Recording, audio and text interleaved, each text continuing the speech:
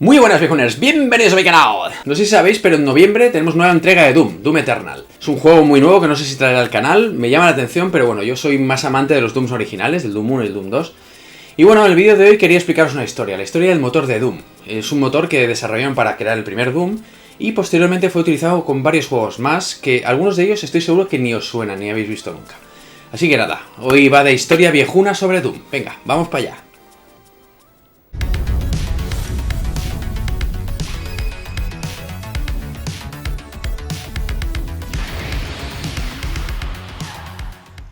Doom es un juego, como he dicho ya en infinidad de ocasiones, que revolucionó el género de los first personal shooters, tanto a nivel técnico como a nivel de mecánicas.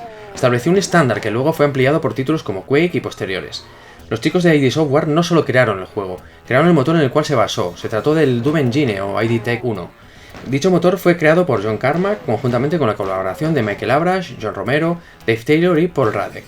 Fue creado originalmente con ordenadores Next, pero posteriormente fue portado a MS2, aprovechando el lanzamiento del primer Doom para PC. Después, como ya sabéis, aterrizó en todo tipo de plataformas. Seguramente a muchos de vosotros os sorprenderá, pero el motor de Doom original no es 3D.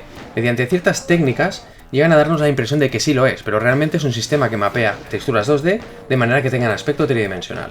Es muy ingenioso pero costoso a nivel de hardware, al menos para los PCs que existían en la época del lanzamiento del primer Doom. Es decir, PCs con procesador 386. No sé si recordaréis, hace unas semanas, pero os enseñé mi ordenador 386, Master Race, que el pobre iba justito al ejecutar Doom 1. Para tener una experiencia buena jugando a lo Doom original, era recomendable mínimo un PC con procesador 486. El motor de Doom fue el mismo que los chicos de ID Software usaron para el Doom 2, pero hubieron más juegos que hicieron uso del mismo motor. Al menos técnicamente, estos juegos pueden ser considerados como los herederos de Doom. Algunos los conoceréis y otros seguramente os sorprendan. En 1994, Raven Software se asoció con ID Software para lanzar un FPS de fantasía y acción. Se trató de Heretic. El título fue pionero en introducir el sistema de inventario en este tipo de juegos. Además, también se añadieron mejoras, como por ejemplo, podías volar, los sonidos ambientales, también la posibilidad de mirar hacia arriba y hacia abajo, cosa que en el Doom original no se podía hacer. El argumento trataba de la historia de tres hermanos conocidos como los Jinetes Serpiente, los cuales usaron su poderosa magia para poseer a los 7 reyes de Partoris, el planeta donde se sitúa la acción de Heretic, y así corromper a sus ejércitos. Ciertos elfos que habitan en este mundo son los únicos que se resisten a la magia de los jinetes. En consecuencia, estos declararon a los elfos como herejes y libraron una guerra contra ellos. El lanzamiento inicial de Heretic constaba de 3 episodios, cada uno de los cuales tenía 8 niveles, más un nivel secreto. Los episodios tenían nombres de lo más sugerente, la ciudad de los condenados o la garganta del infierno. Gracias a su éxito, 2 episodios adicionales fueron lanzados, expandiendo Heretic a Heretic The Shadow of the Serpent Riders. En el juego disponemos de 8 armas. La inclusión de dichas armas tuvo cierta polémica, dado que tenían bastante similitud con las armas de Doom. Por este hecho se le dio fama a este juego de ser una especie de refrito medieval del clásico de ID Software. Pero realmente era bastante diferente. Heretic introdujo muchas novedades. Por ejemplo, las armas pueden tener una capacidad destructora aumentada cuando usábamos el libro de hechizos. Dicho libro cambiaba temporalmente el ataque básico del arma por uno muy mejorado. Otra de las cosas que aportó fue que se nos permite mantener ciertos artefactos guardados para ser utilizados cuando el jugador lo considere oportuno, como por ejemplo la bomba del tiempo de los ancestros, una antorcha, las alas de la ira, el óvalo morfo que nos permitía transformar en gallinas a nuestros enemigos, o el dispositivo del caos, un objeto que nos permitía ser teletransportados al principio del nivel. Otra de las novedades que aportó con respecto a Doom fueron que contaba con 10 enemigos diferentes, siendo todos ellos criaturas fantásticas. 2 de los más destacados fueron los liches de hierro, que eran calaveras voladoras con pinchos, o por ejemplo el maulotauro, que era una especie tremendamente fuerte y resistente. Otro de los juegos basados en el motor Doom fue Exen. Sé que hay un suscriptor que le gusta mucho Exen y que estaba esperando que hablaba de Exen en un vídeo, pues bueno, aquí lo tienes.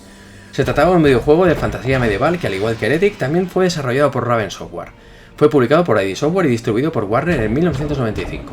Su historia nos sitúa siglos más tarde de los acontecimientos de Heretic, en el mundo de Cronos, donde los humanos han aprendido a usar la magia de una manera más depurada, y esto hizo que la sociedad se dividiera en 3 grupos.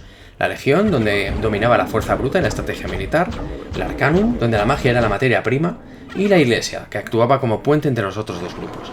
En este juego se innovó en ciertos aspectos, como por ejemplo la selección del personaje. Podemos escoger entre 3 personajes diferentes, cada uno de los cuales tiene diferentes atributos, como velocidad, armadura y 4 armas que pueden utilizar, lo que modificará la experiencia de juego en función del personaje que escojamos. Podremos escoger entre Baratus, el luchador, un destacado guerrero de la Legión. Este personaje es el más rápido y es el que tiene la mayor armadura.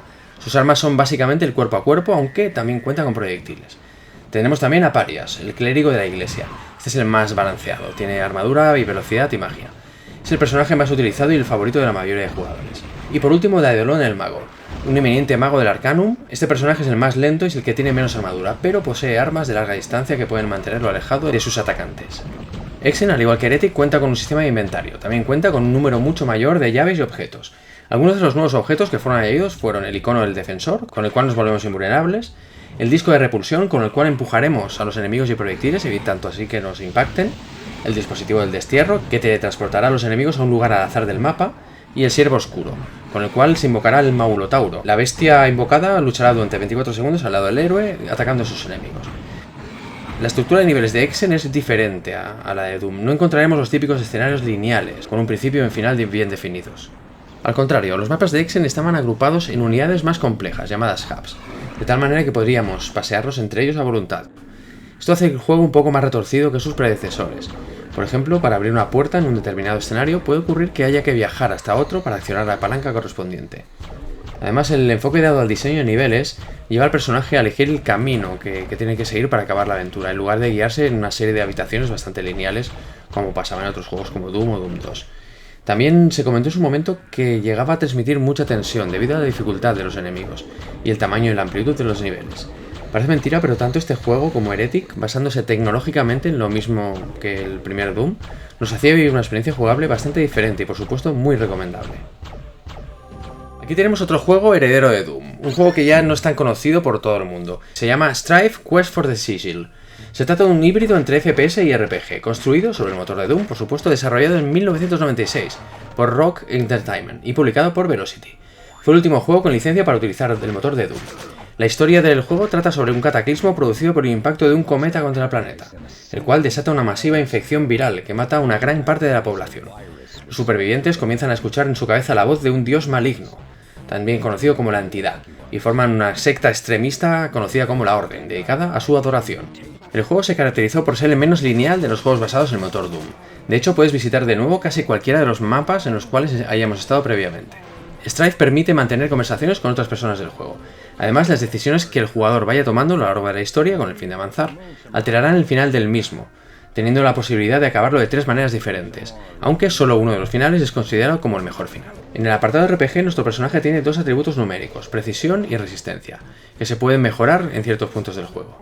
En cuanto al armamento y la munición, tenemos variedad. Incluso en algunas armas contamos con municiones diversas. Por ejemplo, el arco de flechas eléctricas también se puede utilizar con flechas venenosas, o la lanzagranadas, que posee una munición incendiaria mucho más poderosa.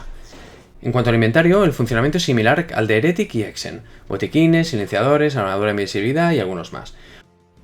Los enemigos de Strife incluyen varios ciudadanos de la Orden y el ejército de los robots que han creado para proteger sus fortalezas. Como curiosidad, si no se activa la alarma, los enemigos orgánicos generalmente no atacarán, a menos que sean atacados primero. Sin embargo, los robots atacarán siempre que nos vean. Este que estáis viendo tuvo una manera muy friki de ser distribuido, se llamaba Chex Quest.